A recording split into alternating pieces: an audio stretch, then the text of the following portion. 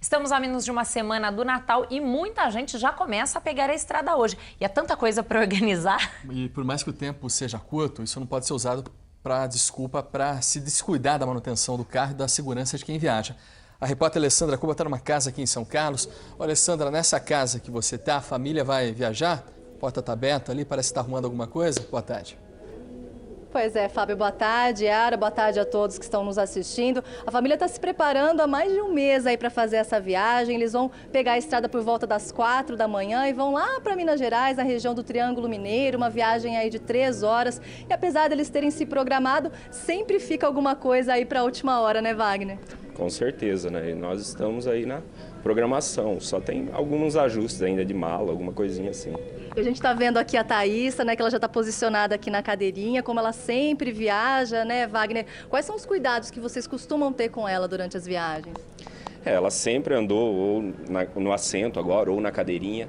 Quando era mais nova, inclusive, a mãe andava ao lado para auxiliá-la, né? Agora, como ela já está um pouco maior, a mãe anda na frente do lado, porque ela já se vira, mas sempre no assento de elevação. Bom, a gente vai conversar agora com o Armando, que é engenheiro mecânico, para saber se todos esses cuidados eles estão corretos, né, Armando? Tá certo, ela tem 6 anos, tá correto ela viajar dessa forma? Tá correto, Alessandra. O Wagner está tomando as precauções aí corretas, ela está usando o assento de elevação, que é recomendado para a faixa etária dela, de 6 anos, né, que é de 4 a 7 anos e meio, é recomendado o assento de elevação, né?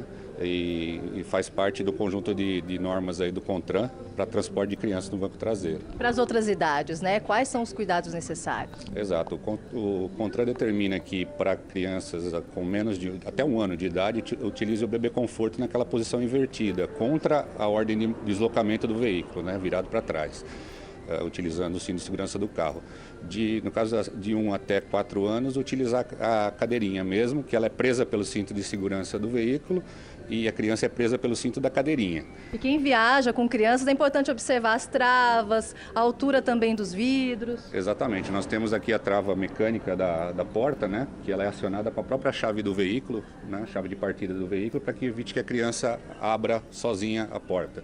E o vidro tem um dispositivo na porta do motorista que bloqueia a abertura do vidro pelas crianças, né, quando estão no banco de trás. Vamos lá dar uma olhada no cinto de segurança também, Armando. De uma maneira geral, tem alguns cuidados que as pessoas têm que observar com o cinto, por favor, para saber se o cinto ele está correto, se ele precisa de manutenção. O condutor e o passageiro, o importante é sempre passar o cinto na altura da clavícula aqui, não de forma nenhuma pegar o pescoço, né, e nem ficar apoiando sobre o braço. Sempre regular a altura dele, passando pela clavícula, prendendo no fecho aqui de segurança e sempre fazendo o teste para ver se o mecanismo de travamento dele está funcionando. O cinto em baixa, com uma solicitação fraca, ele tem que ceder para a gente se ajustar. E no movimento de frenagem, ele tem que fazer esse movimento de retenção. Alessandra, claro que é bom fazer uma revisão no carro antes de pegar a estrada, né? Pois é, Fábio, a primeira dica de qualquer especialista é a primeira coisa que todo bom motorista deve fazer, que é o que faz o Wagner aí antes de qualquer viagem. Ele nunca teve problema, mas conhece pessoas, tem parentes que já tiveram aí pela falta da revisão, né, Wagner? Exatamente, né? Na última viagem, no último fim de semana, minha mãe foi viajar, né? E eu não sei se por uma falta de manutenção, o que aconteceu, que deu um problema sério no motor e ela ficou na estrada, inclusive teve que ser guinchada. Isso que é tão importante aí fazer essa revisão, então a gente vai conversar agora com o Armando de novo. Armando, explica aí pra gente, quais são os itens que devem então ser revisados antes de viajar?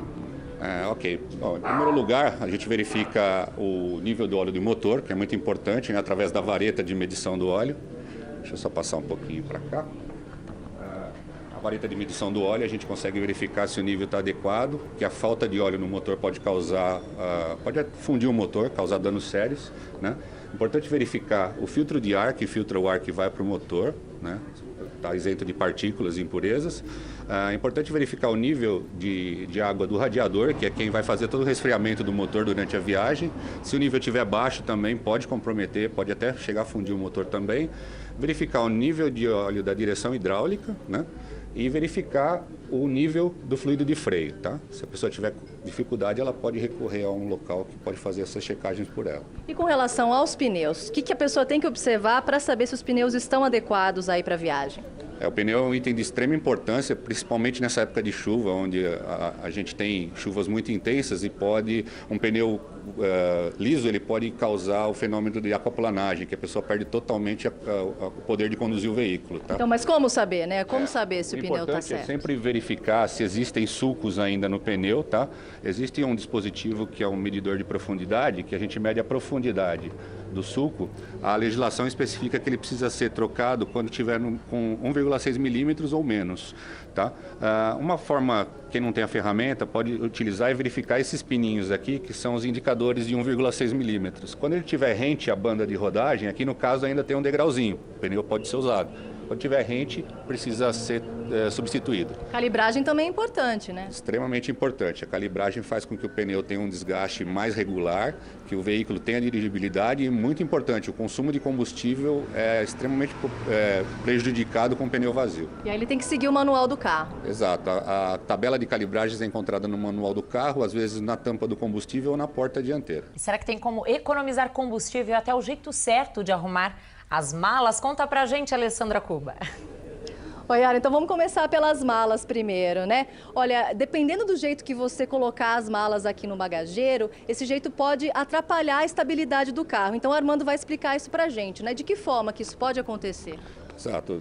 A gente deve sempre procurar distribuir a bagagem de uma forma equidistante. No caso, as embalagens malas pesadas devem ser colocadas o peso bem distribuído nas laterais do carro, nunca acumular peso num lado só do veículo. Tá? Isso pode até provocar um acidente, né? Com certeza. Fica mais difícil você dirigir o carro em manobras que você precise fazer mais bruscas.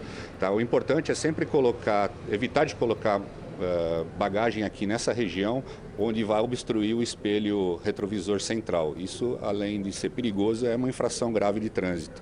Tá? Não pode ter obstrução desse campo de visão. E é perigoso, inclusive, porque os objetos podem ficar soltos, inclusive objetos soltos no piso do carro, tudo isso é problemático, né? É perigoso. Exato. Latinha de refrigerante, às vezes garrafa de água pode rolar, pode obstruir o pedal na frenagem ou pode obstruir o acelerador também. Isso pode causar acidente. E como economizar combustível? Existem algumas dicas, né, Armando? Exato. Primeiro, levando na bagagem somente o necessário, o essencial. A calibragem dos pneus é um item muito importante. Tá? Manter velocidade, uma velocidade razoável entre 90 e 100 km. Às vezes você quer ganhar 10 km por hora e você perde 3, 4% de combustível para ganhar 10 km por hora de velocidade. Manter os vidros abertos também são uma alternativa. Aliás, podem atrapalhar no caso? Ninguém deseja que passem calor, mas o importante é você abrir somente o necessário, porque o ar que entra pelo vidro ele causa um arrasto aerodinâmico, ele é um freio para o veículo, então isso faz com que você gaste combustível. Ok. Então tá ok. Muito obrigada, viu, Armando, pelas informações. A gente vai ouvir agora o Wagner, nosso personagem de hoje. Wagner, essas dicas foram válidas? Tinha alguma coisa que você não sabia, que vai ser útil agora nessa viagem? Com certeza, a maioria das dicas a gente já tentava colocar em prática, né? Mas com um especialista, com certeza, é válido e teve várias coisas aqui que vamos colocar em prática para ter uma boa viagem. Ok, então uma boa viagem para você, para sua família, uma boa viagem para quem vai pegar a estrada. E todas essas dicas vocês podem rever no nosso portal, na nossa página na internet, no G1. Fábio, Yara, com vocês. Obrigado, Alessandra, pela participação no Jornal da IPTV e durante a viagem da fome. Amanhã você vai saber quanto você gasta se parar para comer nos postos de serviços pela estrada e quanto você pode economizar se levar lanche de casa. Não perca!